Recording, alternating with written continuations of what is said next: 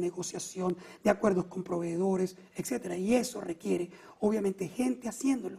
El sector privado, de nuevo, es fundamental. Eso no quiere decir que el Estado no pueda participar. El Estado puede participar en ese proceso, pero el sector privado es vital. Y cada vez que tú estás aumentando la participación pública sobre las importaciones totales, lo único que estás haciendo es incrementar la ineficiencia y reduciendo la capacidad de oferta y de producción en Venezuela.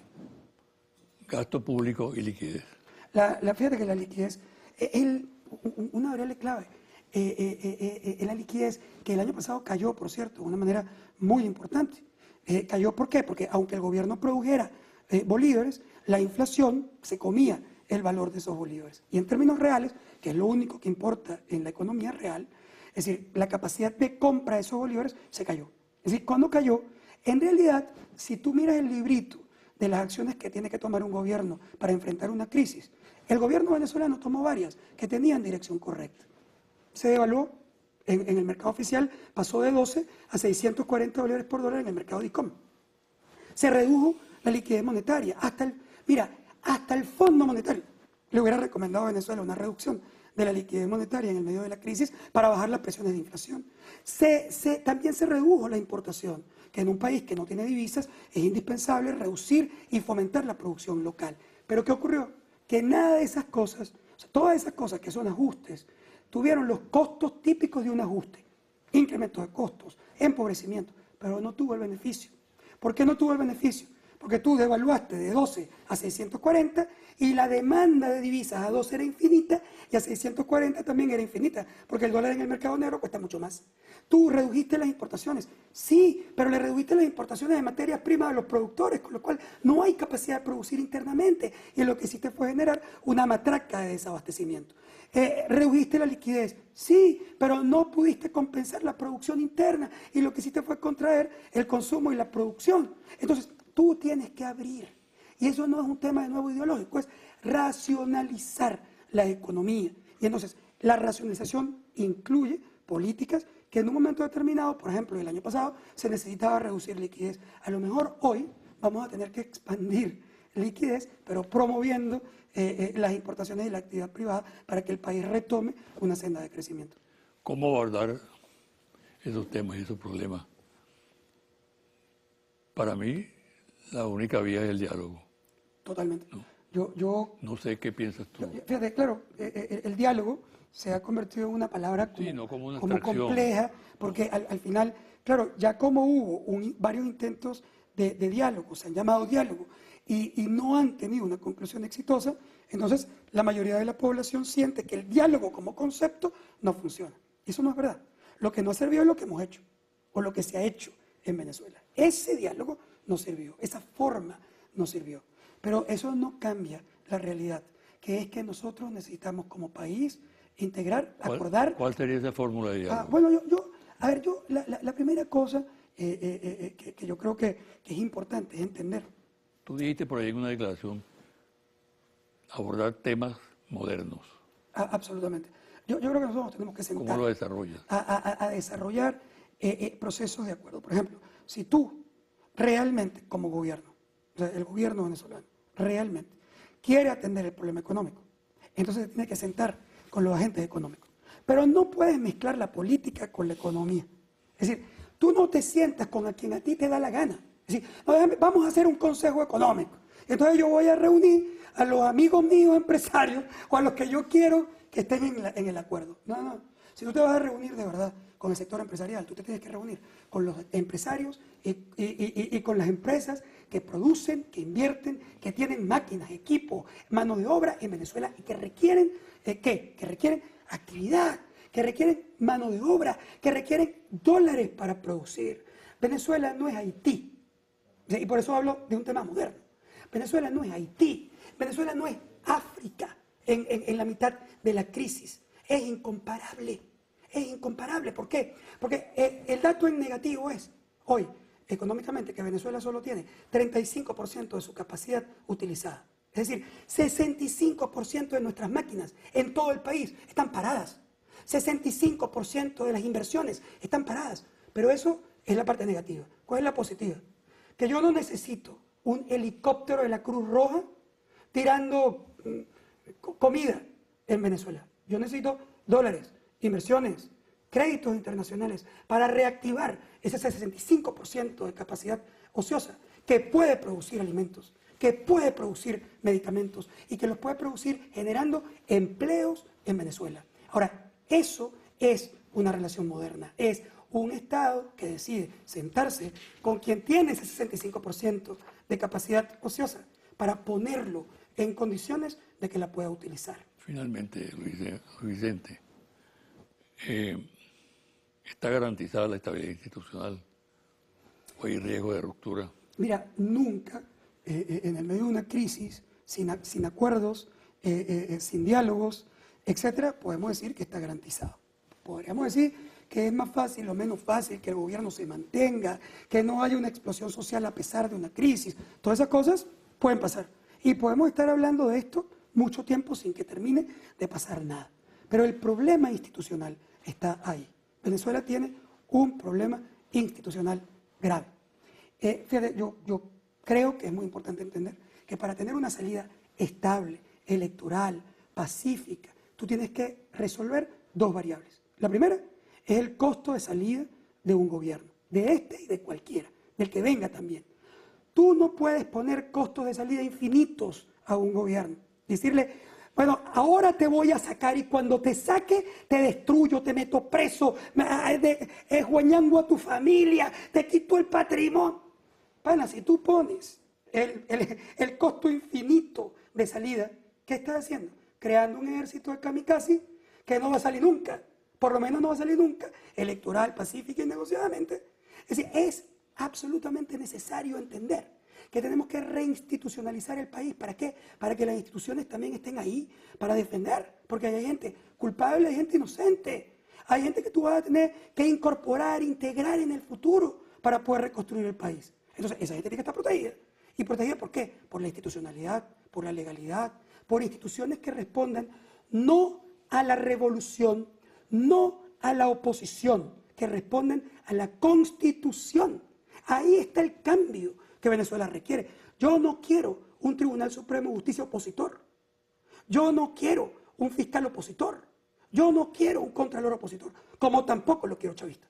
Yo quiero un Tribunal Supremo de Justicia de magistrados absolutamente apegados a la Constitución de Venezuela y que tomen decisiones contra o a favor del Estado cuando lo tengan que tomar en función de lo que son los derechos de la sociedad. Y eso es igual para todo el resto de la institucionalidad. Si tú lo que quieres es sacar a patadas al gobierno para cambiarlo por otro, del otro lado, eso no va a resolver el problema. El primer problema entonces es que tenemos que reinstitucionalizar el país. Y lo segundo es el costo de no tener elecciones.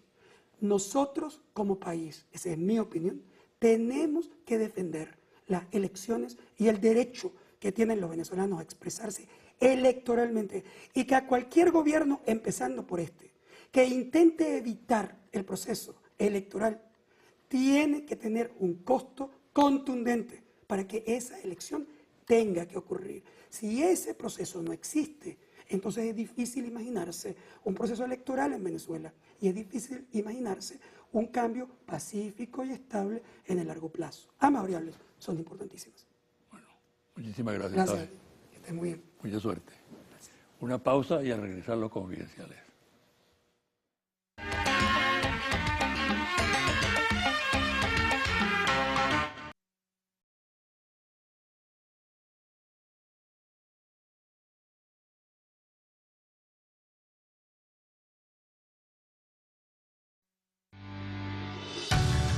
Estás viendo José Vicente Hoy.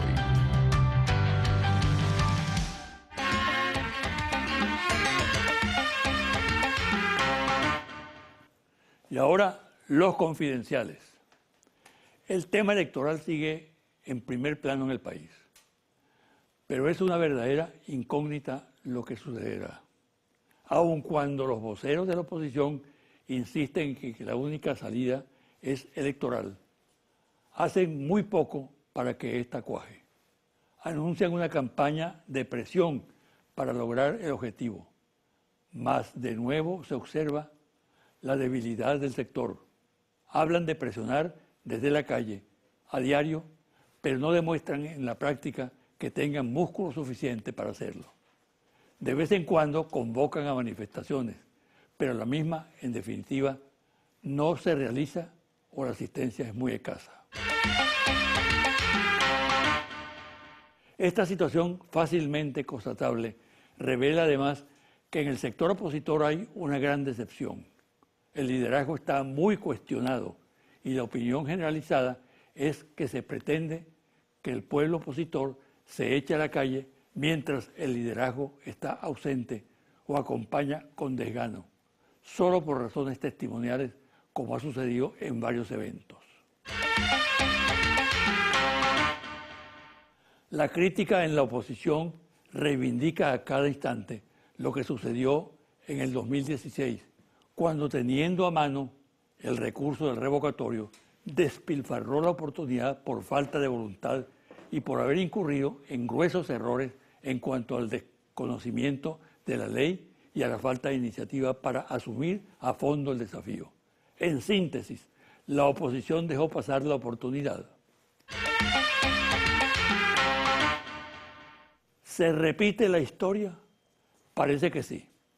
La MUD está deshecha, no tiene capacidad para asumir con propiedad el momento y el tiempo. Este pasa raudo todos los anuncios de una fuerte presión sobre el ente electoral y de concientización de su gente hasta ahora no existe. Es evidente que carecen de fuerza y en vez de estimular, desestimulan. La oposición deja que el tiempo transcurra mientras está enredada en interminables discusiones internas, en luchas por el liderazgo y posiciones en viaje al exterior para recabar apoyos, labor que poco a poco pierde interés entre las instituciones y personalidades requeridas, y simultáneamente se insinúa que lo electoral quedaría relegado para el próximo año, 2018, cuando se efectuará la elección presidencial. Es la impresión que crece en círculos políticos donde se analiza la situación.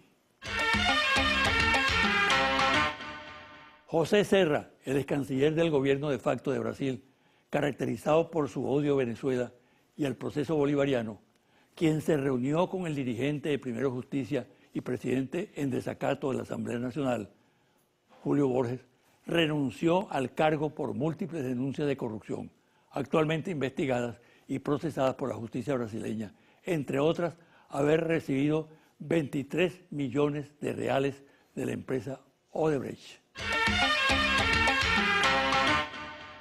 El mensaje de paz de Donald Trump al mundo, comillas, hay que empezar a ganar guerras otra vez. Pregunta, ¿cómo cuáles? Vietnam, Irak, Afganistán. Me envían, indudablemente la fuente es castrense, la siguiente información para que a manera de sugerencia se la haga llegar al comandante en jefe de la Fuerza Armada Nacional Bolivariana y al ministro de la Defensa. 2 puntos. Ordenar una auditoría a las cajas de ahorro de todos los componentes militares. Cierra comillas. Algo está pasando. Confidencial al cierre. Monitor País, Interlace, Confidencial, Reporte Ejecutivo, Ficha Técnica, 1.580 entrevistas directas en hogares en todo el país, del 13 al 23 de febrero de 2017. Resultados. ¿Qué opinan los venezolanos acerca de las OLP y los CLAP? ¿Usted está de acuerdo o en desacuerdo con los operativos de liberación del pueblo OLP para combatir la inseguridad y los secuestros? De acuerdo, 71%, en desacuerdo, 24%, no sabe, no contesta, 5%. ¿Qué tan efectivos cree usted que son estos operativos para combatir la inseguridad y los secuestros? ¿Muy efectivos, poco efectivos o nada efectivos? Muy efectivos, 33%. Poco efectivos, 44%. Nada efectivo, 19%. No sabe, no responde, 4%. El gobierno nacional ha implementado los CLAP, un sistema de abastecimiento de alimentos para entregar bolsas de comida en los barrios populares. ¿Usted está de acuerdo o en desacuerdo con este programa? De acuerdo, 58%. En desacuerdo, 39%. No sabe, no contesta, 3%. Durante lo que va del año 2017, ¿usted se ha beneficiado de este sistema de abastecimiento de alimentos a través de los CLAP? Sí, 53%, no 47%. ¿Qué tan efectivos cree usted que son los CLAP para resolver el problema del desabastecimiento de alimentos? ¿Usted diría que son muy efectivos, poco efectivos o nada efectivos? Muy efectivos, 27%. Poco efectivos, 39%. Nada efectivos, 32%. No sabe, no responde, 2%. Hasta aquí el programa de hoy. Me despido hasta el próximo domingo a las 9 de la mañana por este su canal Televen.